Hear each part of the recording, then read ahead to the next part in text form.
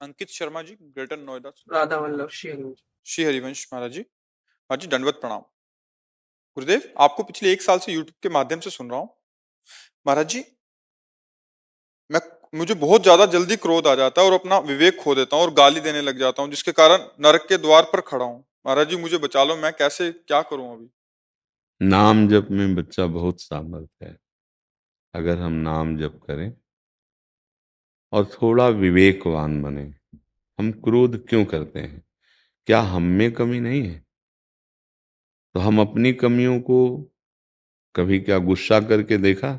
आप विचार करके देखना। अगर हम अपनी कमियों को गुस्सा करके देखे होते तो कमी रह ही नहीं जाती। क्या मन पे कभी गुस्सा हुए? क्या आप अपने ऊपर कभी गुस्सा हुए कि अय दुष्ट, कितने जन्म हो गए विमुख होते हुए, सब में भगवान को देखना था, लेकिन आज भी तू शत्रु और मित्र, आज भी तू हित और अहित, आज भी अनुकूलता प्रतिकूलता मान अपमान देख रहा है। कभी आप अपने पे तो गुस्सा हुए नहीं। आपने अपनी गलतियों को, एक दो नहीं हजारों गलतियों को आपने क्षमा किया, तो वो क्षमा बाहर क्यों नहीं करते आप? अगर किसी से त्रुटि दिखाई दे रही, यद्यपि शास्त्रीय सिद्धांत, क्रोध हमारे अंदर की कमी से आता है।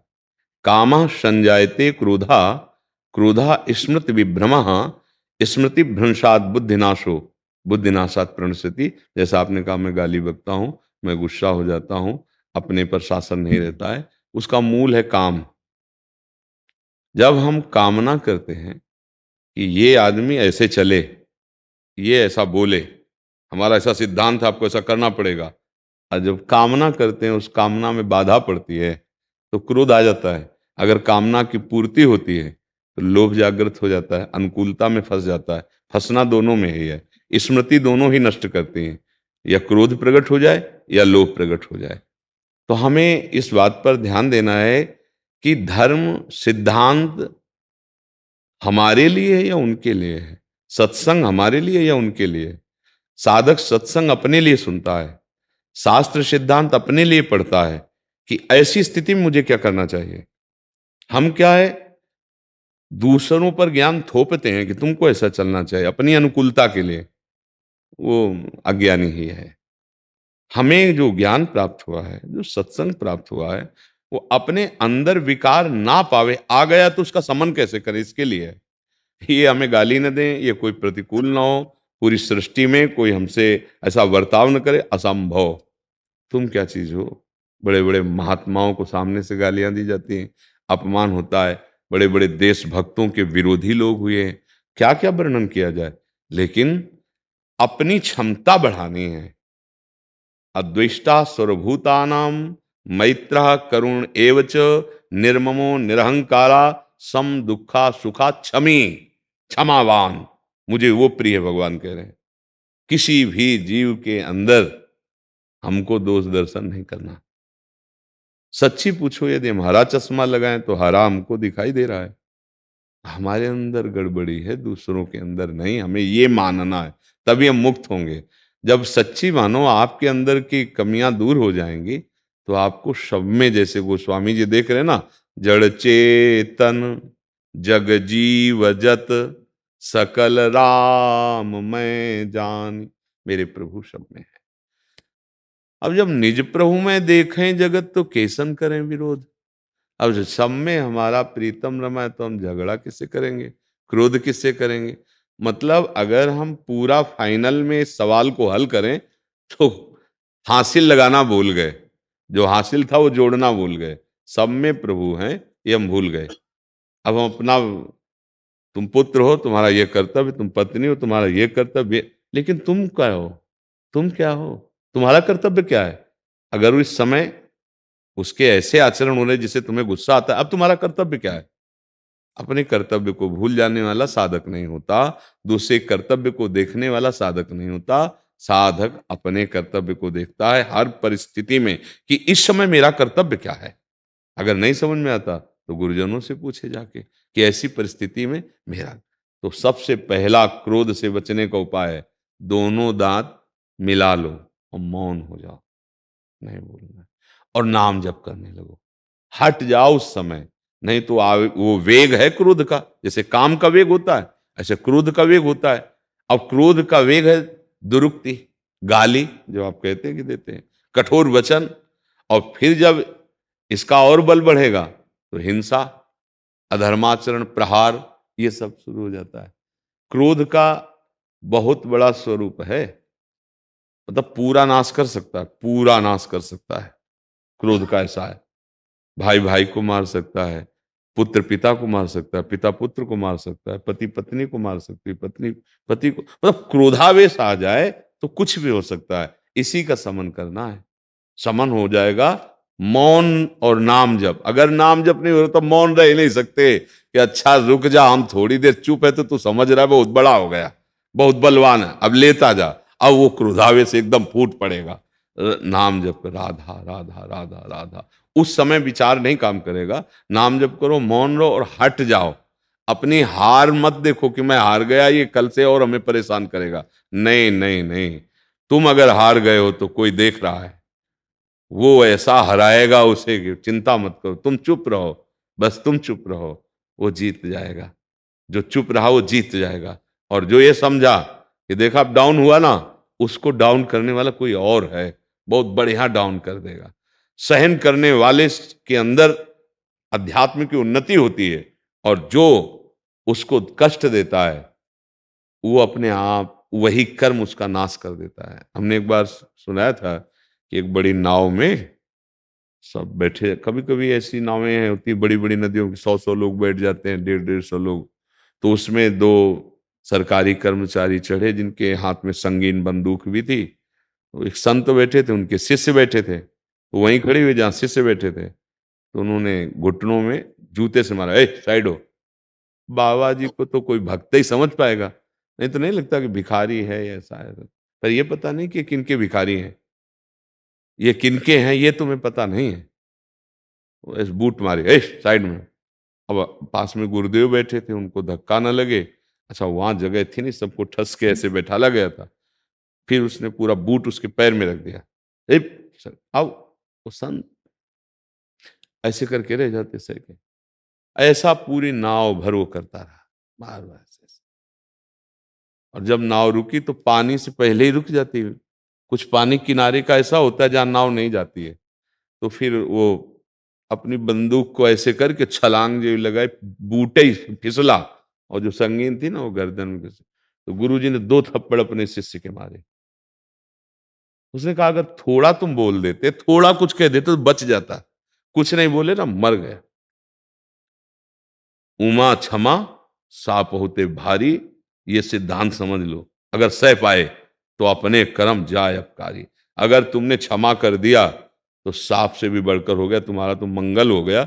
अब ये क्षमा वहां जाएगी और उसका हिसाब कर देगी ये हमसे। पर अपने को ये भी नहीं चाहना कि उसको कष्ट में भगवान उसकी बुद्धि शुद्ध करे। पर ये जैसे आप आगे पूछ सकते थे कि यदि मैं बार बार चुप रहूंगा तो अगला जो है वो बढ़ जाएगा और वो हमको सताएगा। नहीं नहीं, आपने जो क्षमा किया है वो बहुत बड़ा अस्त्र है, ये भगवान शंकर के वचन है। उमा क्षमा सापहु ते भारी, वो अपने कर्म जाय अपकारी, वो अपने आप नष्ट हो जाएगा, तुम्हें नष्ट करने की जरूरत नहीं है। पूज्यपाद उड़िया बाबा जी के पास सत्संग में एक गृहस्थ आते थे, तो उनको एक पड़ोसी बहुत सताता था, हद हो गई। सत्संगी होकर जब इस निर्णय पर पहुंच गए कि अब मैं मारूंगा इसे, जान से मारूंगा, उड़िया बाबा से कहा बाबा बहुत हो गया, मतलब बहुत हो गया, अब इसको हम मारूंगा और चाहे जेल चला जाऊं। उड़िया बाबा ने देखा कि क्रोधावेश बहुत बड़ा है, तो ऐसे कि उनका बेटा मैं देख रहा हूं 6 महीने में मर जाएगा वो, काहे को तुम हत्या करोगे और जेल जाओगे, 6 महीने चुप हो जाओ, 6 महीने बाद वो मर जाएगा। क्रोध शांत कर लिया, बाबा कह रहे हैं 6 महीने, बिल्कुल क्रोध शांत कर लिया। अब वो कुछ भी बोलता, वो कुछ नहीं बोलते, बस उनको ये आदत, मरेगा साले 6 महीने बाद मरेगा ये, ऐसे उनको 6 महीने हो गए वो मरा नहीं। बाबा से कहा कि बाबा वो तो मरा नहीं, आप कह रहे थे 6 महीने। बोले हम उसके लिए थोड़ा कह रहे थे, तुम्हारे अंदर जो है ना, हम उसको मारना चाहते थे। 6 महीने से गुस्सा आई, बोले ना बाबा। बोले भाई उसको मारना चाहते थे, तुम्हारे अंदर जो क्रोध है, तुम इस बात पे आ गए ना कि 6 महीने में वो मर जाएगा, हम 6 महीने में इसे मारना, 6 महीने गुस्सा नहीं आए, बोले बिल्कुल बाबा ले आए, क्योंकि हम सोच रहे 6 महीने में मर जाएगा। अगर बाबा आप किया तो बोले बस ऐसे अभ्यास करो, वो अपने कर्म से अपने आप नष्ट हो जाएगा। तुम अगर क्रोध करोगे, जेल जाओगे मारकर, तुम्हारा जीवन नष्ट हो जाएगा। तो संतों की बात है कि अपने को सहन कर, और ये पक्का समझ लो, यदि आप सहन कर रहे हैं तो आपकी सहन शक्ति बहुत बड़ी पावरफुल है, वो ईश्वर तक पहुंच रही है और ईश्वर उसे दंड देगा। थोड़ा धैर्य। ऐसा ऐसा नहीं होता, अगर यहां भी कत्ल किया है कोई तो 10 वर्ष मुकदमा नहीं चलता, फिर कहीं उसे सजा होती। कभी कभी तो सजा होने में इतना विलंब हो जाता है कि सजा जो दी जाती है उससे ज्यादा वो जेल भोग चुका होता है। नहीं हो सकता, अब तुरंत थोड़ी सजा मिलती है। तो अब ये भी भागवतिक सिद्धांत है, लेकिन अगर ऐसा सिद्धांत दूसरों के लिए है तो अपने लिए भी होता ना, तो हमारी क्या दशा होती। थोड़ा सोचो, जैसे हम दूसरों के लिए मांगते हैं कि भगवान तुरंत क्यों नहीं करते, नहीं मांगते, भगवान अवसर देते हैं सुधार का कि शायद शायद सुधर जाए, नहीं फाइनल में तो मिलना ही दंड। तो जब हम उसके लिए सोच रहे हैं कि इसका ऐसा हो जाना चाहिए, तो अगर वही सिद्धांत होता तो हमारी गति क्या होती, जरा सोच के देखो। हमारा रजिस्टर कोरा नहीं है। अगर वो सिद्धांत उसके लिए है तो वो लौट के हमारे लिए, कानून तो हमारे लिए भी, मेरी दशा क्या होती। इसलिए क्षमा कर दो, लंबा समय भगवान सबको इसीलिए दे रहे हैं, सुधार कर लो। सर्वधर्मान परित्यज्य मामेकम शरणम ब्रज, अहम त्वाम सर्व पापेभ्यो मोक्षयिष्यामि मा शुचा। धैर्य पूर्वक रहो, क्षमावान बनो, नाम जप करो, उस समय मौन का आश्रय ले लो, उसमें भगवत भाव करो। नहीं कुछ आए तो हट जाओ, उस समय झगड़ा मत करो। हार जाओगे तो तुम जीत जाओगे, जीतने की कोशिश करोगे हार जाओगे। ये माया है, ठीक है ना। मनजीत सिंह जी पंजाब से। गुरुदेव आपके चरणों में कोटि कोटि प्रणाम। गुरुदेव, मानसिक सेवा और प्रकट सेवा से सर्वश्रेष्ठ कौन सी सेवा है? बिना सीढ़ी पे चढ़े छत पे नहीं पहुंचा जा सकता। यद्यपि अगर हम सीढ़ी और छत का दोनों की बात करें तो यही कहा जाएगा छत ऊंचाई पे है, पर ऊंचाई पे चढ़ने के लिए सीढ़ी है। ऐसे ही मानसिक सेवा में पहुंचने के लिए प्रगट सेवा है। अगर हम प्रगट सेवा नहीं करेंगे तो हमारे अंदर मानसिक सेवा करने की योग्यता ही नहीं आएगी। प्रगट सेवा करते करते मानसिक सेवा होने लगती है। जैसे हम प्रगट में अपने ठाकुर जी को स्नान कराया, उनको अंग प्रक्षालन करके वस्त्र धारण कराए, चंदन लगाया, भोग लगाया। अब ये सब चीजें सीमित हैं। हमें लगता है अगर हीरे का हार पहनाते, बढ़िया रतन जटित मुकुट पहनाते, अब हमारी भावना बनने लगी। पैसा तो है नहीं, ला तो सकते नहीं, पर हम हीरे के हार की रचना कर सकते हैं। अब शुरू हो गई मानसिक सेवा। अब वो सुंदर हार है, जहां फूलों को पहना है वहीं भाव से ऐसे हीरे का हार पहना रहा, स्वर्ण का मुकुट धार। अब भोग लगाया तो 2 रोटी 4 रोटी फूल का वही, और दाल चावल, बस। मन में है कि बहुत भोग लगावें, बहुत सुंदर सुंदर। अब हमारा मन संतुष्ट नहीं हो रहा, रख दिया 4 पदार्थ, और भावना में गुजिया, गुलाब जामुन, रसगुल्ला, राजभोग, खीर, हलवा, और विशाल थाली और स्वर्ण की है, विविध कटोरियों में भोग रखे, और स्वयं अपने हाथ से अपने ठाकुर जी को पवार, वो शांत बैठा है। होने लगी सेवा मानसिक। अब प्रगट सेवा की ही नहीं तो मन पवित्र ही नहीं होगा, तन नहीं पवित्र होगा। तो जब हमारा तन पवित्र नहीं है, मन पवित्र नहीं है, तो हमारे आंख मूंदने पर अंधकार दिखाई देगा। मानसिक सेवा तो तब हो जब मानसिक आराध्य देव आवे ना, मान लो ऐसे भाव में, अब सामने दिखाई दे रहे प्रिया प्रीतम, तो अब सेवा शुरू करो। तो इसके लिए, यहां तक पहुंचने के लिए नाम जप, प्रभु की लीला गायन और प्रभु की प्रगट सेवा। प्रगट सेवा किए बिना मानसिक सेवा में पहुंचना बहुत कठिन होता है। हाँ, कोई सिद्ध महापुरुष सीधे मानसिक सेवा में पहुंचा दे, वो बात अलग है। वो अपने तप बल से, भजन बल से, कृपा बल से, जैसे भी चाहे महापुरुषों में सामर्थ्य होती है। पर एक सीधी पद्धति है, प्रगट सेवा से मानसिक सेवा में प्रवेश। और कोई भी महापुरुष ऐसा नहीं है जो प्रगट सेवा न करता हो। अगर वो आराध्य देव की नहीं करता है तो गुरुदेव की करता है, तो भाई तो प्रगट सेवा ही। मूर्त में तो विराजमान है गुरुदेव। कोई किसी भी उपासना, किसी भी मार्ग का हो, क्या बिना अपने मूर्तिमान गुरु की सेवा के वो ब्रह्म पदवी को या निराकार तत्व को प्राप्त हो सकता है क्या?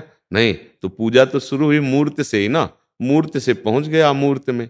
तो ऐसे ही हम प्रगट सेवा से मानसिक सेवा में पहुंचते हैं। तो इसीलिए जैसे अपने लोग अष्टयाम, आठों पहर लाडली लाल की प्रगट सेवा, तो अब असंतोष होता है सेवा में कि हमारे पास उतनी, जितना आप भाव करोगे ना, अब उतनी ना सामग्री ना उतना वैभव, जितना हमारा भाव बढ़ रहा है वो होने लगा।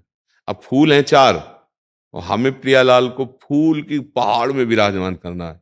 अब सुंदर सुंदर रायबेल, जूही, हम मानसिक में गुलाब, इतना पहाड़ जो है, हमारे प्रियालाल उसी पे बैठे खेल रहे, हम देख रहे हैं, हो रही मानसिक सेवा। प्रियालाल के पहले भाव में आए ना, भावोत्सवेन भजताम रस काम धेनु, तो अब उसके लिए हमें प्रगट सेवा और हमारा शरीर पवित्र आचरणों से युक्त हो जाए, पवित्र आचरणों से। महाप्रभु हरिवंश चंद्र जी कह रहे हैं, जिन्होंने अष्टयाम सेवा का विस्तार किया, तय बालक नहीं भर्यो सयानब, काहे कृष्ण भजत नहीं नीके। तुम ठीक से भजन क्यों नहीं कर रहे हो? तुम बहुत चतुर हो, बालक नहीं हो, बहुत चतुर। देखो आज बहुत चतुर है, पर वो असत मार्ग से सुख ग्रहण करने में बुद्धि लगा के चतुर बना दी। सत मार्ग में क्यों नहीं चलते? ठीक से भजन क्यों नहीं करते? बोले ठीक से भजन क्या है? बोले कुत्सित वाद विकार परधन सुन सिख मंद परती बंच। गंदी बातें बोलना बंद करो, दूसरे की निंदा करना बंद करो, कुत्सित वाद और विकारें, काम क्रोध लोभ मोह मद मत्सर, इन पर दृष्टि रहे, ये तुम्हारे भजन रूपी धन को छीन न पाए। पर धन, दूसरे का धन लूटने की इच्छा मत रखो, छीनने की इच्छा मत रखो, छल कपट से दूसरे का धन लेने की इच्छा मत करो। परतीय बंच, दूसरे की माता बहनों की तरह काम भोग दृष्टि से मत देखो, नहीं सर्वनाश हो जाएगा। अगर ये छोड़ो और फिर भजन करो, फिर सेवा करो, तो मन पवित्र होने लगेगा। अब ये छूटे कैसे?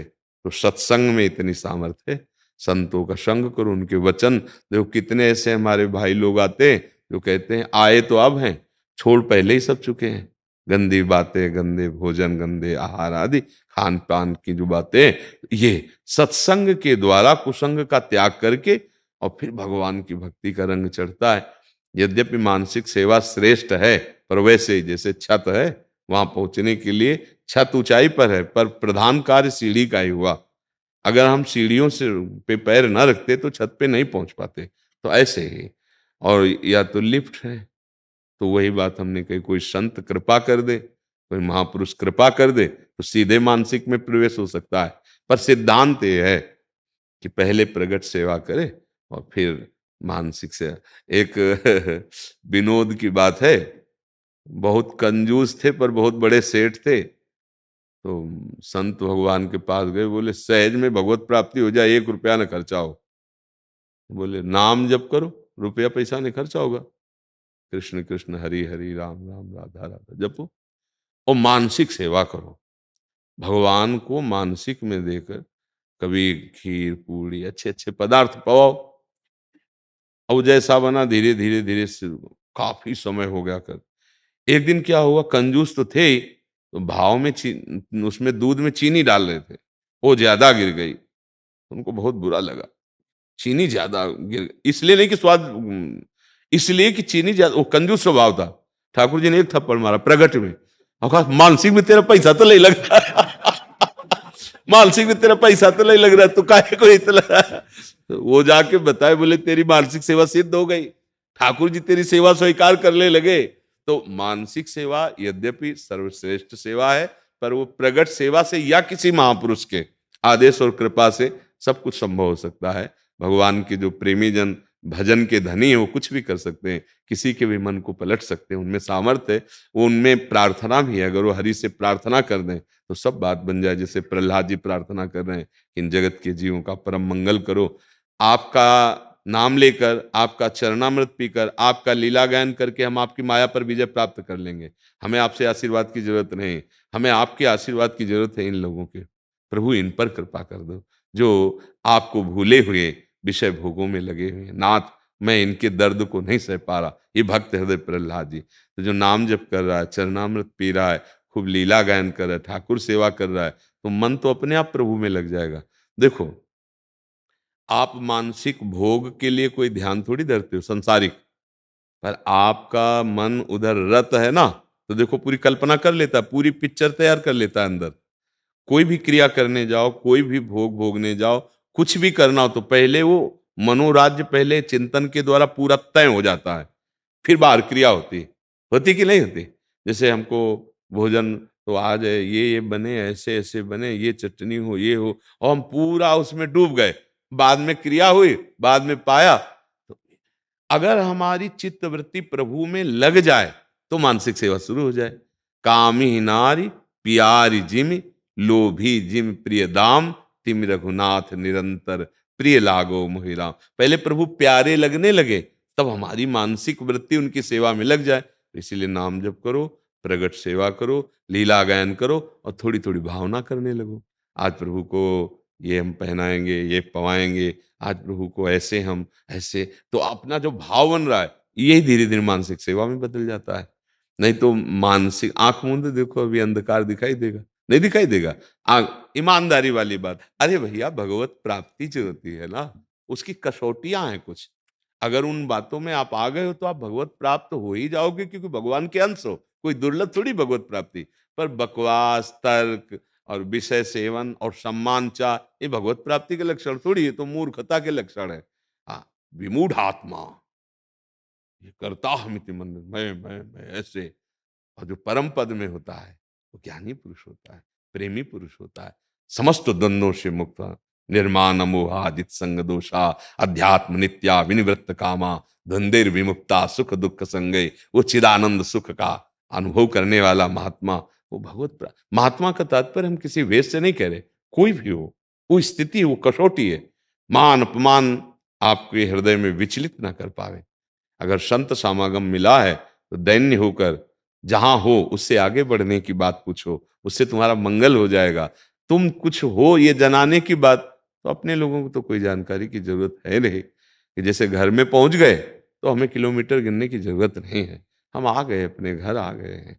आए मिले परिवार आपने, हरि हंस कंठ लगायो, भाग बड़ो वृंदावन पायो।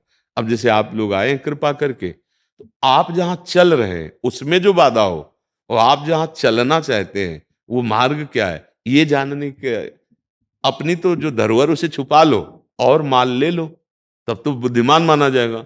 दो चार बातें आई वही फटाफट फटाफट, तो संत जन एक शब्द निकलते ही पहचान हो जाती है कि ये शब्द डूबा हुआ निकल रहा है या केवल बुद्धि से निकल रहा है। जब बुद्धि से निकल रहा है तो ऐसे हाथ जुड़ जाएंगे, क्योंकि वो समझेगा नहीं, वो तर्क पे तर्क करेगा। वाद विवाद तहां नहीं, भगवत मार्ग में वाद विवाद नहीं। तो मानसिक सेवा में प्रवेश होता है प्रगट सेवा से, नाम जप से, और अपने आचरणों को पवित्र करे।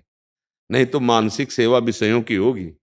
देख लो हर समय आपका मन सेवा ही करता रहता है। ये खाना है, ये देखना है, ये भोगना है, ये संग्रह करना है, ये हमें प्राप्त करना है, ये प्राप्त कर लिया है, अब ये प्राप्त करना है, ये जीत लिया, अब इसको जीतना है। संसार की तरफ ही जाता रहता है। प्रभु की तरफ तो तब जाएगा जब हमारा देखना, सुनना, बोलना, इन तीन पे सुधार हो जाए। पहले श्रवण हमारी भगवत चर्चा सुने, रसेंद्री हमारी नाम का रस ले, वाकेंद्री हमारी नाम संकीर्तन करे, और नेत्र हमारे सब में भगवत भावना करे। दिखाई नहीं दे रहे लेकिन प्रभु तो सब में है ही है ना। बिजली तो वही है ना सबके हृदय की। अगर हम ऐसे चले तो हमारा चिंतन बनने लगेगा। जो हम देखते हैं, जो हम सुनते हैं, जो हम बोलते हैं, वही मन पकड़ता है और उसी का चिंतन करता है, और जो चिंतन करता है वही हमारा स्वरूप हो जाता है। अगर हम गलत चिंतन करेंगे तो गलत हो जाएगा, सत चिंतन करेंगे तो सच्चिंतन हो, हमारा सत स्वरूप है ही है। तो अब मानसिक सेवा का मतलब चिंतन, उसको अब देखो मन एकाग्र हो, मन पवित्र हो, मन संयमी हो, तब तो हो। जैसे हम सेवा करने जाते हैं तो पहले पात्र मार्जन करते हैं ना, तो मानसिक सेवा में केवल मन ही पात्र है। अब वो निर्मल नहीं होगा, वो एकाग्र नहीं होगा, तो मानसिक सेवा कैसे होगी? इसलिए पहले नाम जप करो, आपका चरित्र पावन हो और आपके विचार पावन हो, आपका हृदय दूसरों के सुख के लिए भावित हो जाए। मानसिक सेवा में भगवान कृपा कर देंगे, प्रवेश होने लगता। मानसिक सेवा में प्रवेश हो गया मतलब वो सिद्धावस्था की तरफ जा रहा है। तो अभी तो देह भाव छूटा नहीं है ना। ध्यान करते समय जब हम भगवान का ध्यान करते हैं, जी गुरुदेव का ध्यान करते हैं, हर बार एक नई छवि प्रकाशित होती है। जी। तो ऐसा वो कल्पना है या वो? नहीं, हम कल्पना नहीं कहते, हम उसे भावना कहते। कल्पना सांसारिक होती है, गुरुदेव या संत या भगवान की भावना होती है। ऐसे ही चले जाओ, चुप रहो, किसी से अपनी बात कहो मत, और अहंकार आने न पावे, तो आगे बात बनती चली जाएगी। हम सब भगवान के अंश है ना, तो हम में सब सामर्थ्य है, कुछ असंभव नहीं है। आप प्रयासरत रहिए। पर इसमें एक दोष होता है कि दूसरों को देखकर अपने में गुणाभिमान आ जाना, या अपने में कोई महत्व बुद्धि रख लेना, तो फिर उससे सब काम रुक जाता है। अगर हम किसी को अपनी बातें बताएंगे तो हमारी बात बंद हो जाएगी। ये एक मर्यादा है, हमारे ध्यान का विषय, हमारे चिंतन का विषय। अगर किसी मित्र को हम कहते भी हैं तो ऐसे, संतों से सुना है कि अगर नाम जप किया जाए, भगवान का आश्रय लिया जाए, ऐसे ऐसे चला जाए, तो मंगल हो जाता है। मैंने ये पकड़ा या मैं ऐसा कर रहा हूं, मैंने अनुभव किया, बिल्कुल नहीं बोलना चाहिए। तभी ये अध्यात्म, और अहंकार मानेगा नहीं, वो अंदर अंदर ऐसा उल्काता है कि बोलो। वो हम जो है ना, वो सब खाली करवाना चाहता है, और चार आदमियों को सुना को खाली हो गया, कुछ नहीं बचा। और अगर अंदर रखोगे तो देखो बार बार वो कहे, चाहे दीवार से कह दे, कह तो दे किसी से। ये अहम जो होता है ना अंदर, ये बहुत बड़े ठग हैं हमारे अंदर। काम, क्रोध, लोभ, मोह, मद, मद माने अहंकार, ये अंदर। तो जैसे हमें कोई स्वप्न में संत भगवान आए, या स्वप्न में भगवान आए, या हमारा थोड़ा ध्यान लगा कोई महात्मा आए, तो हमारा मन उलकता है कि हम चार लोगों से बताएं, तो वो फिर मार्ग बाधित हो जाएगा। अगर रोक लिया अंदर, तो फिर आगे बढ़ता चला है। जैसे संत सभा में तो अब मान लो प्रश्न उत्तर में अपनी बात तो रखेंगे, यहाँ कोई अहंकार पूर्ण बात थोड़ी कि हम बहुत ध्यान करने वाले हैं, ये बताना चाहते हो, नहीं, हम जानना चाहते हैं, यहाँ ये विषय है। पर आगे कहीं ऐसा नहीं, शांत अपने को छुपा के चले, तो फिर चोर लोग चोरी नहीं कर पाएंगे। अगर हम खुला तो फिर चुरा लिया जाएगा। माया बहुत प्रबल है। तो आप संत जन जो है अपने वास्तविक धन को छुपाते हैं। और वैसे भी हम आपसे कह रहे हैं, फटे पुराने कपड़ा पहन लो और रुपये आप जेब में डाल लो, आप कपड़े में ऐसे भर लो, ऊपर फटा पुराना कपड़ा हो, गंदा सा उछा डाल लो, कहीं चले जाओ तुम्हें कोई नहीं बोलेगा। और बढ़िया बैग हो, बढ़िया केवल कागज भरे हुए बैग में, सबकी नजर रहेगी कि बैग में कुछ है, आदमी की क्वालिटी बताती, और वो छिन जाएगा।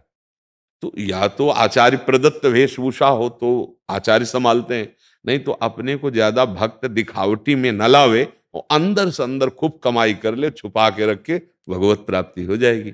गृहस्थी में बहुत सावधानी पूर्वक भजन किया जाता है, क्योंकि बहुत से कार्य बहुत समाज में है। अगर आप सबको ये जानकारी करवाना चाहेंगे कि हम ध्यान करते हैं, हम पूजा करते हैं, तो एक तो आपका उपहास होने लगेगा, और दूसरे आपका पूजा भजन बह जाएगा, वो टिकेगा नहीं। इसलिए गुप्त रखा जाता है। अच्छा, जब परिपक्व अवस्था आ जाती है, एक अवस्था आती है, अब उसमें साधन किया नहीं जाता, वो परिपक्व अवस्था में होता है। अब उसमें कोई एक केवल बाधा पहुंचा सकता है, वैष्णव अपराध। अगर किसी संत और वैष्णव का अपराध कर दिया, तो सिद्धावस्था में होने वाले लीला चिंतन भजन में भी बाधा पहुंच जाएगी, अन्यथा फिर नहीं। तो इसीलिए संत जन अपने अनुभव भी बताते हैं। आप लोग जैसे आए हैं, तो अनुभव ही सुनने तो आए हैं, बातें तो सब शास्त्रों में लिखी हुई हैं, पर वो बात आपने कैसे अनुभव की, और वो अनुभव हम कैसे कर सकते हैं। तो प्रैक्टिकल हम उसको वहां देखते हैं, उनके आचरण में, उनके वचन में, उनके अनुभव में, तो हमारा चित्त सहज में लग जाता है। नहीं लिखा तो सब शास्त्रों में, जो बोलेंगे उस शास्त्र से विलग थोड़ी बोल सकते हैं। तो ये बात है, हम तैयारी करें और अपने को गुप्त रखें और आगे बढ़ें। और जब बड़े धनी बन जाओगे तो खूब लुटाओ, कोई फर्क ही नहीं पड़ना है। जैसे स्रोत से पानी आ रहा है, खूब खींचते जाओ, वो पानी कम नहीं होगा। लेकिन भरा हुआ केवल रखा है, उसकी एक लिमिट है, वो खत्म हो जाएगा। ऐसे ही अभी हमारी एक लिमिट का भजन है, एक लिमिट की साधना है नहीं? आप निरंतर ध्यानस्थ नहीं रहते, आप निरंतर भजन परायण नहीं। जब निरंतरता होने लगती तो स्रोत हो गया, वो आनंद समुद्र भगवान से संबंध हो गया। अब वो अपने अनुभव बताते हैं, खूब घोषणा करते हैं कि मैं शपथ पूर्वक कहता हूं, आप ऐसा करो निश्चित हो जाएगा, तो निश्चित हो जाए। वो स्रोत से जुड़े हैं, वो कभी खाली होने वाले नहीं है। अपने लोग खाली हो सकते हैं, अहंकार है और अभी थोड़ा शुरू हुआ है, अभी भगवदाकार वृत्ति तो नहीं, इसलिए गंभीर रहे, छुपाव करके रखें। चंचल जी हरिद्वार से। राधा वल्लभ श्री हरिवंश। राधे राधे महाराज जी। महाराज जी, मेरा ठाकुर जी और श्री जी के प्रति वात्सल्य भाव है। महाराज जी, क्या मैं श्री हित 84 जी और सेवक वाणी का पाठ कर सकती हूँ? हाँ, बिल्कुल कर सकते हैं। हमारे भगवान इतने करुणामय हैं कि इतने महान होते हुए भी हम उनको जैसा चाहे वैसा व्यवहार कर लें। हम उनको अपना मित्र मान सकते हैं, स्वामी मान सकते हैं, पुत्र मान सकते हैं, हम उनको गुरु मान सकते हैं, हम उनको शिष्य मान सकते हैं। देखो, संदीपनी जी के सामने शिष्य बने बैठे ना, क्या है संदीपनी जी भगवान के आगे? अब विचार करके देखो, जिनकी श्वासों से वेदों का प्रादुर्भाव हुआ, जाकी श्वास वेद श्रुतिचारी, सो हरि पढ़ें यह अचरज भारी। महिमा प्रकाशित कर दी। संदीपनी जी ऊपर बैठे, भगवान नीचे विद्यार्थी बने बैठे, शिक्षा ले रहे। भावना हुई ना। देखो, यशोदा मैया को जो सुख मिला, मेरा लाला है ठाकुर जी, अनंत ब्रह्मांडों के स्वामी हैं, बाप हैं, सबके बाप हैं, ब्रह्मा के भी बाप आप ही हैं।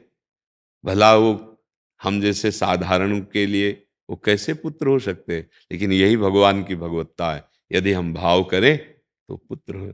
एक कई बार इस चर्चा सुनाई। एक बार यशोदा मैया किसी सेवा कार्य में लालजू की लगी हुई थी, और लालजू महाराज अभी खड़े होना नहीं आया था, धीरे धीरे ऐसे घुटनों के बल, उसे गांव में बकैया बकैया कहते, घुटनों के बल चल के गए। तो डेहरी बहुत बड़ी थी नंद बाबा की, पहले घरों की होती, तो ऐसे चढ़ गए आश्रय लेकर, तो छाती बीच डेहरी पे ऐसे पैर उठ गए और हाथ पहुंचे नहीं नीचे तक। अब रो रहे जो दशा, उतने में देवर्षि नारद जी आए थे दर्शन करने। देखा दशा, तब बोले प्रभु, एक टांग अगर बढ़ाई थी तो ब्रह्मलोक पहुंच गई थी, नंद बाबा की डेहरी नहीं लांग पा रहे हो। उनका चुप, ये मैं अपनी मैया को सुख देने के लिए कर रहा हूं। और रोने लगे। इतने में मैया दौड़ के, अरे मेरो लाला, गोदी में उठा छाती से दासियों को झिड़क रहे, लाला को इतना दुलार। देखो, अनंत ब्रह्मांडों के स्वामी, विश्व का भरण पोषण करने वाले भगवान, अगर उन्होंने वात्सल्य भाव से प्रभु को मांगा कि आप हमारे पुत्र हो जाओ, तो वैसे ही भगवान पुत्र बन करके सुख दे रहे हैं, मित्र बन के सुख दे रहे हैं सखाओं को, पति बन के सुख दे रहे हैं गोपी जनों को, स्वामी बन के सुख दे रहे हैं दास जनों को। जो जिस भाव से भजे, भावोत्सवेन भजताम, भाव से भजो तो भगवान आपको वैसे ही अनुभव में आने लगेंगे। वैसे जाकी रही भावना जैसी, प्रभु मूरत देखी तिन तैसी। तो हम भगवत लीला, अगर हम दास भी हैं या वात्सल्य भाव से बसते हैं, तो ये तो जरूर है, दो भाव जरूर रहते हैं, ध्यान रखना।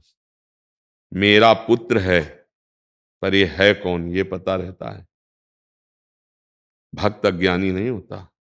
वसुदेव देवकी जी के सामने इसीलिए पहले भगवान नारायण रूप से प्रकट हुए कंस कारागार में, कि देखो मैं हूं कौन।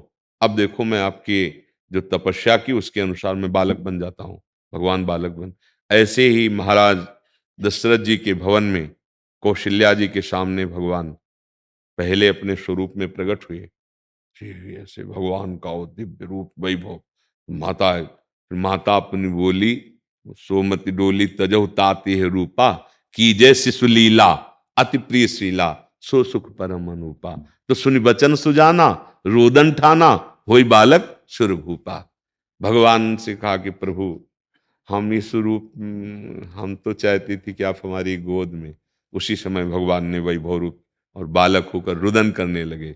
सूचना पहुंची दशरथ जी के पास कि लाला हुआ है। अब उनको तो पता था कि कौन लाला आएगा। जाकर नाम सुनत शुभ होई, मोरे गृह आवा प्रभु सोई। जिसका नाम सुनने मात्र से परमानंद आए, वो प्रभु मेरे घर बालक बन करके आए, बावरे बन करके प्रेम में जाते। भगवान वही नीलमणि बाल रूप, वैसे छोटे छोटे चरण चला रहे। वैसे ही देखो, अनंत ब्रह्मांडों के स्वामी अपने भक्त की भावना के लिए कैसे, और जरूरत पड़ी तो ऐसे सुकुमार तत्व नरसिंह रूप में खंबे से फाड़ के प्रकट हो गए। अपने भक्त के लिए हुए ना। भगवान का ये विकराल रूप जो है, कहीं भी ऐसा रूप ना लिखा है, ना पढ़ा गया और ना सोचा गया था।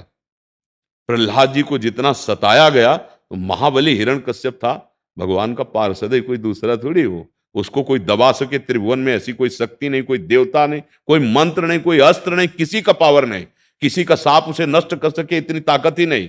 ऐसा अमोघ था। तभी भगवान ने खंभा फाड़कर वो रूप धारण किया जो अद्वितीय रूप, ऐसा भयंकर रूप कि सब देवता सब कांप रहे थे। जब लक्ष्मी जी से कहा कि आप तो जानती हैं ना, वो जानती तो है कि हमारे प्रीतम, तो बोले जा लो, मनाओ मनाओ, जाके जाओ ना। बोली इस समय ले जाऊंगी। ये वो रूप भगवान का, विशाल जिह्वा, विशाल नग, और ऐसी दहाड़ की हिरण्यकश्यप एक ही दहाड़ में मूर्छित होके गिर गया था, ढाल तलवार सब गिरी। फिर भगवान ने उसे होश में, खड़ा हो, देख तू अपने बल को, फाड़ के फेंक दिया। न कोई वरदान काम आया और न कोई तप काम आया। तो देखो हमारे भगवान इतने सुकोमल, लेकिन जरूरत पड़ी तो भक्त के लिए इतने भयानक बन गए। तो भगवान से प्यार करो, कैसे भी करो, उन्हें दोस्त मान लो, वो दोस्त बन जाएंगे। पिता मान लो, पिता बन जाए, पुत्र मान लो, पुत्र बन जाए, गुरु मान लो, जो चाहो। हमारे भगवान तो इतने करुणामय हैं, जिस भाव से चाहो उस भाव से भगवान को भज लो। तो इसमें कोई निषेध नहीं है कि आप भगवान को ऐसे भाव से नहीं देख सकते हो। सही पूछो, सच्ची कह रहे हैं। आज भी तुम्हारे जो आसपास हैं प्रियजन, वो वही बने हुए हैं, हम जान नहीं पा रहे हैं। ये पांच भौतिक तन है, अंदर वही बैठे हुए हैं, चाहे पत्नी रूप में हो, चाहे पुत्र रूप में हो, चाहे मित्र रूप में हो, चाहे जिस रूप में हो, वही बने बैठे हैं। जिस दिन नेत्र खुल जाएंगे, अभी ये माया में नेत्र हैं, ज्ञान चक्षु खुलेंगे, अज्ञान तिमिरांधस्य ज्ञानांजन शलाकया चक्षुरुन्मीलितम येन तस्मै श्री गुरुवे। उसी दिन आप देखोगे कि हे नाथ, आप ही इन सब रूपों में विराज, मैं तो जान ही नहीं पाया कि आप मुझे इतना प्यार करते हैं। पत्नी रूप से प्यार, पुत्र रूप से प्यार, माता पिता रूप से प्यार, मित्र रूप, नाथ ये तो आप घट घट में वो रमा है, यही तुम्हें दिखाई देने लगेगा। अच्छा है, भाव करो, किसी भी तरह प्रभु को भजो, परम मंगल है। महाराज एक सेकंड, केवल कुछ गीता महाराज इससे प्रकाश आता है। महात्मा गीता जयंती है, अपने मुख से आप बोलते भगवान बोल जी, हम तो गीता जी का प्रत्येक श्लोक हमारे भगवान के श्रीमुख से निकला हुआ है, हर श्लोक वंदनीय है। पर एक बात पर ध्यान देने की विशेष आवश्यकता है।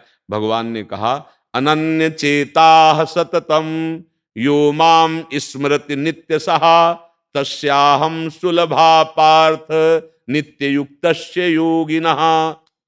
तपस्वियों से भी श्रेष्ठ योगी है, ज्ञानियों से भी श्रेष्ठ योगी है, कर्मकांडियों से भी श्रेष्ठ योगी है। कौन योगी? जो भगवान का निरंतर चिंतन कर रहा है। अनन्य चेता सततम यो माम स्मरति नित्यशः। मुझ सच्चिदानंद का जो निरंतर चिंतन कर रहा है, तस्याहम सुलभा पार्थ। क्योंकि सबसे श्रेष्ठ बात है भगवत साक्षात्कार। सब साधनों का फल है भगवान में प्रीति हो जाना, भगवान का साक्षात्कार हो जाना। पाप और पुण्य ये तो सब बहुत बड़ी झंझट है। पाप नष्ट करने के लिए तो सरकार कह ही रहे हैं, हम तो हम स्वरूप पापे विमुक्तिश्याम, मुझे उससे मतलब नहीं। सुकृत के लिए बहुत से साधन बताए हैं, उनसे भी मतलब नहीं। भगवत साक्षात्कार मनुष्य जीवन का परम लक्ष्य है, और वो भगवान के श्रीमुख के वचन है, केवल मेरा जो अनन्य चिंतन करता है मैं उसके लिए सुलभ हो जाता हूं। वही सुलभ हो जाए तो साक्षात्कार हो सकता है, साधना में ताकत नहीं। अनन्य चेता सत। बोले फिर महाराज हमारा काम कैसे चलेगा, हमारी व्यवस्था कैसे चलेगी, हमारी रक्षा कैसे होगी, हम आपके चिंतन में लगेंगे। तो अनन्यस चिंतयन्तु माम ये जनाः पर्युपासते तेषां नित्याभियुक्तानां योगक्षेमं वहाम्यहम्। मैं अप्राप्ति की प्राप्ति कराऊंगा और प्राप्ति की रक्षा करूंगा। क्षेम केवल तुम मेरा अनन्य चिंतन करते हुए अपने कर्तव्य का पालन करो, और वो कर्तव्य कर्म मेरे को समर्पित कर दो। ये तो सर्वाणि कर्माणि मयि सन्न्यस्य मत्पराः अनन्ये नैव योगेन माम ध्यायन्त उपासते तेषामहं समुद्धर्ता मृत्यु संसार सागरात्। भगवान कह रहे मैं ठेका लेता हूं उसको, इस संसार समुद्र से पार कर दूंगा। सारे कर्म समर्पित करे, भगवत भाव से अनन्य चिंतन करते हुए यथा योग्य वर्ताव करे। भगवान करे तस्याहम सुलभा पार्थ, मैं उसके लिए सुलभ हो जाता हूं। जिसको कहा है वासुदेवा सर्वमित सम आत्मा सुदुर्लभा, वही सुलभ स्थिति भगवान की प्राप्त करने के लिए अनन्य चिंतन। कई बार भगवान ने अनन्य चिंतन की बात कही है। अभ्यास योग युक्तेन चेतसा नान्य, गीता अमृत है। एक श्लोक तो बहुत बड़ी बात है। एक श्लोक के एक शब्द को धारण कर ले तो भगवत प्राप्त हो जाए। एक श्लोक के एक शब्द को, क्योंकि स्वयं जगत गुरु भगवान के श्रीमुख से निकले हुआ वो गीता अमृत है। जरूर जरूर भगवत चिंतन परायण जरूर हो जाओ, नहीं तो ये कलिकाल मलायतन, मन कर देख विचार, ये मन को मलिन करता चला जाएगा। हम भगवान से विमुख होकर भोगों के प्रवाह में बहते हुए ये जो दुर्लभ समय मानव देह का मिला ये छूट जाएगा। इसलिए हाँ, भगवान के वचन मानो, जैसे भी बने बार बार भगवान की लीला चिंतन, गुण चिंतन, नाम चिंतन, रूप चिंतन, धाम चिंतन, भक्ति चिंतन, जैसे भी बने जुड़े रहो, प्रभु से अपना चित्त जोड़े रहो। भगवान एक बहुत बड़ी बात कहे, बोले आप ही चेत सुदुराचारो। ये सुशब्द होता है सांगोपांग।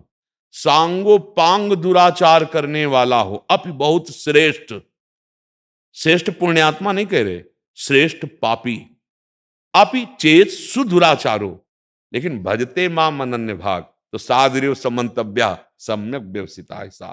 वो साधु है, मानो आदेश कर रहे भगवान, क्योंकि उसने सम्यक रूप से सोच लिया भगवान के सिवा मेरा कोई नहीं, तो महापापी को भी मैं महात्मा, क्षिप्रम भवति धर्मात्मा। भगवान के सब कुछ गीता जी में लिखा हुआ है। हाँ, गीता अमृत है, जहां तक हो सके स्वाध्याय करो, नहीं तो महापुरुषों के वचन उसी गीता का सार निकलते हैं, उसी उनको स्वीकार कर लो। राधा वल्लभ। जब से भक्ति शुरू करी सब उपास करते हैं मेरा। हाँ बच्चा, लेकिन आप विचार करो, आप सत्य मार्ग में हो तो क्या उपहास सुनकर आप सत्य को छोड़ देंगे? हाँ, नहीं बच्चा, बहादुर आदमी हो, उपहास से नहीं डरना। उपहास तो किसका नहीं करता संसार। आप जरा आँख खोल के देखिए, पुतले फूके जाते हैं, गालियां मिलती हैं, तो क्या वो अपने पद को छोड़ दें? क्या वो अपने पद का व्यवहार छोड़ दें? तो हम तो परम पद के मार्ग में जा रहे हैं। ये तो सब पद हैं, भगवान का भजन परम पद है। नहीं, आपको डाउन नहीं होना, निराश नहीं होना, आपको और उत्साहित होना कि सत्य मार्ग में, मेरे मार्ग में जो रोड़े जाले जा रहे हैं, तो अब मैं इनको फांद के दिखाऊंगा। उपहास करने वालों, मैं एक दिन तुम्हें दिखाऊंगा कि तुम ऐसे नम्र हो जाओगे और मैं ऊंचाई पर चढ़ूंगा। सत्य मार्ग को लिए, अहंकार से नहीं, मैं जिसका आश्रय लिया हूं उसके बल से बोल रहा हूं। कभी उदास होने की जरूरत है। उपहास तो होता है, बचपन से इस मार्ग में चले थे ना, सामने से गालियां मिली है, डरना नहीं, निराश रहे। हमें यह पता है कि सत्य मार्ग है। अगर हम गलत हो तो हमें सोचने की बात है। जब आप सत्य मार्ग पे चल रहे हो तो उपहास करने वाले हमारे सहयोगी। कभी झंडा अकेले नहीं फहरा सकता, उसके नीचे डंडा लगता है। डंडा ये है उपहास करने वाले, और झंडे हो आप। फहराओगे पक्का, पर हिलना नहीं। अगर विरोधी ना हो तो हमारा भाव नहीं जान पाएंगे लोग। अगर मीरा जी का विरोध ना होता तो मीरा जी की ऊंचाई नहीं कोई जान पाता। प्रहलाद जी का विरोध नहीं होता तो प्रहलाद जी की ऊंचाई नहीं जान। तो बच्चा, तुम्हारे अंदर जिसने भक्ति दी है वही तुम्हारी रक्षा करेगा। उपहास वालों से डरना नहीं, आगे बढ़ो, ठीक है। हाँ, नाम जप कीजिए, अपनी सेवा को भगवान की पूजा मानिए। जितने क्षेत्र में आपकी जनता है, मानो आप पिता हो, वो आपका परिवार है। ऐसे भाव से, जहां दंडनीय अपराध हो वहां दंड देकर पूजा करना, जहां रक्षा का भाव हो वहां रक्षा दे। जैसे अपना लड़का गलती करता है तो थप्पड़ मारते हैं ना, ऐसे ही यदि कोई हमारी समाज को कष्ट देने वाला है तो हमारा शासन विभाग है, उसे दंड देना है। और अगर हमें रक्षा करनी तो रक्षा करना है। पिता की तरह समाज में जो आपको अधिकार मिला है उसका पालन करें तो भगवान इसी से प्रसन्न हो जाएंगे। अलग से कोई पूजा करने की आपको जरूरत नहीं, बस नाम जप कीजिए और समाज की सेवा का भाव, इन्हीं में गोविंद विराजमान है। संपूर्ण हृदय में भगवान विराजमान है। उन्नति का इतना ही नहीं, उन्नति का बहुत शिखर है। लोक परलोक परमेष्ठी पद तक, ब्रह्मा पद तक है। आप ऐसे चलोगे ना तो आगे बढ़ते रहोगे। भगवान का भरोसा दृढ़ हो, नाम जप हो और समाज की सेवा हो। ये जितने हमारे पद हैं भगवत पद हैं। भले राष्ट्र में जो लौकिक दिखाई दे रहे हैं ये भगवान की सृष्टि है, भगवान के निर्धारित किए हुए व्यक्ति इसमें विराजमान। जैसे आप इस पद में हो, भगवान ने आपको चुना है। अब आपको ऐसा करना है कि इससे नीचे ना गिरे, आप ऊपर उठे। हाँ, तो नाम जप, समाज की सेवा, सबसे प्रिय व्यवहार। ऐसा व्यवहार करें कि आपकी याद करें लोग कि अगली बार यही हमारे शासक हो, यही हमारे मध्य में पद पे बैठे, व्यवहार बहुत मृदु हो, व्यवहार बहुत प्रिय हो। हम एक दिन भूखे रह सकते हैं, लेकिन हमारी सेवा जो है, हम उसे भूखे नहीं रहने देंगे, तो आप उठते चले जाओगे। हम लोग जहाँ गलती कर देते ना, कि हम अपने पद का अगर दुरुपयोग कर देंगे, तो फिर बात गलत हो जाएगी। हमारा पद माता पिता की तरह है। ग्राम प्रधान से लेकर राष्ट्र के ऊंचे शिखर तक ये सब भगवान के द्वारा निर्धारित पद हैं, और समाज की सेवा ये भगवान की शुद्ध सेवा है। भले हमें कुछ भी, अगर हमें दंड भी देना पड़ रहा है तो ये भी सेवा है, ये भी ध्यान रखना है। अगर अधर्माचरण वाला है तो हमसे प्यार नहीं करेंगे, हम उसे शासन मिलेंगे, दंड देंगे, जिससे हमारे समाज का सुधार होगा, समाज की रक्षा होगी। इन्हीं वचनों से आपका स्वागत करते, हाँ खूब नाम जप कीजिए। आ जाइए। राधा राधा राधा राधा राधा राधा राधा राधा राधा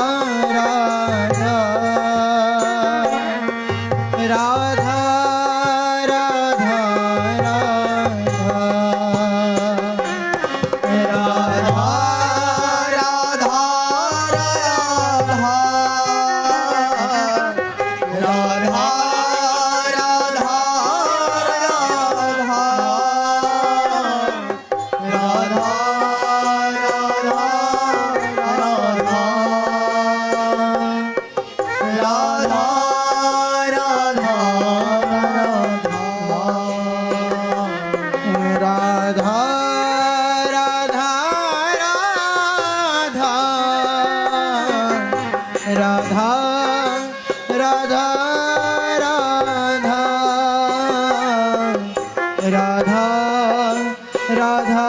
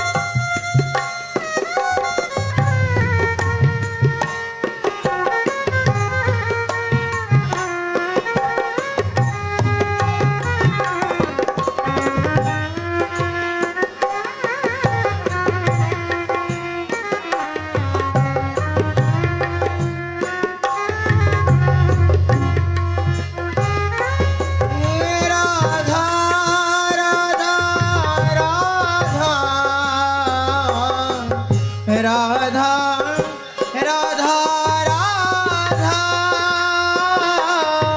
राधा राधा राधा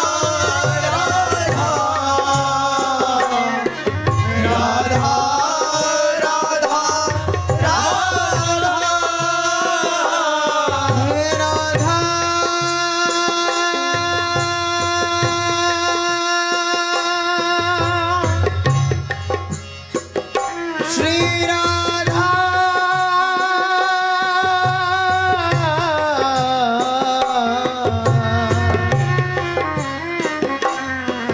राधा राधा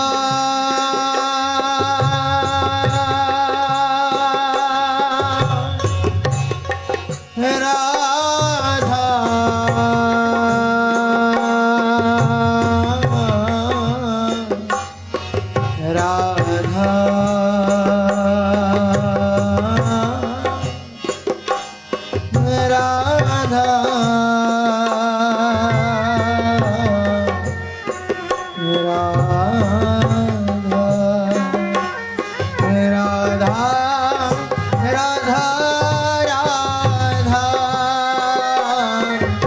राधा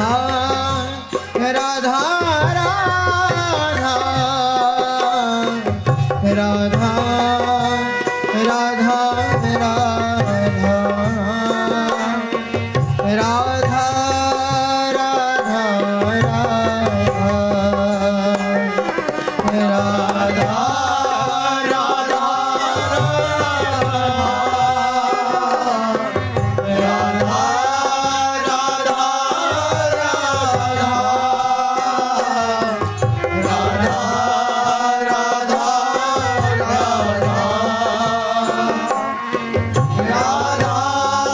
राधा राधा राधा श्री राधा राधा राधा राधा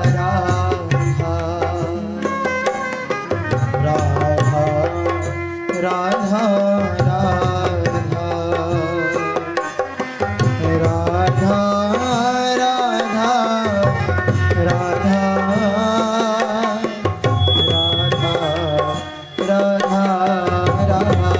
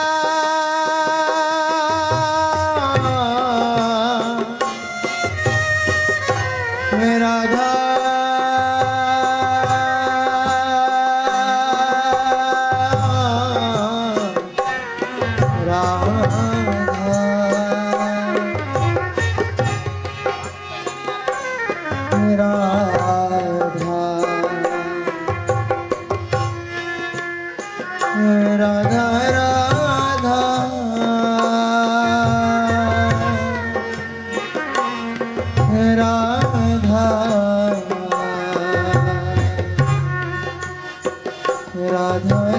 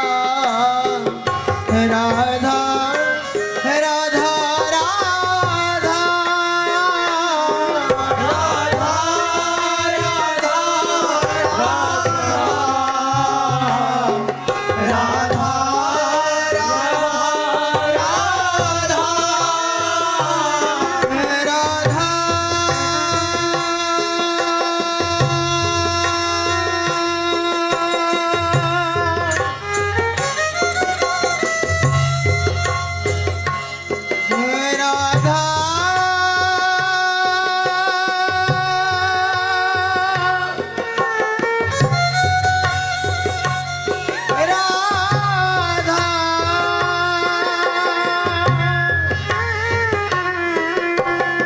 श्री राधा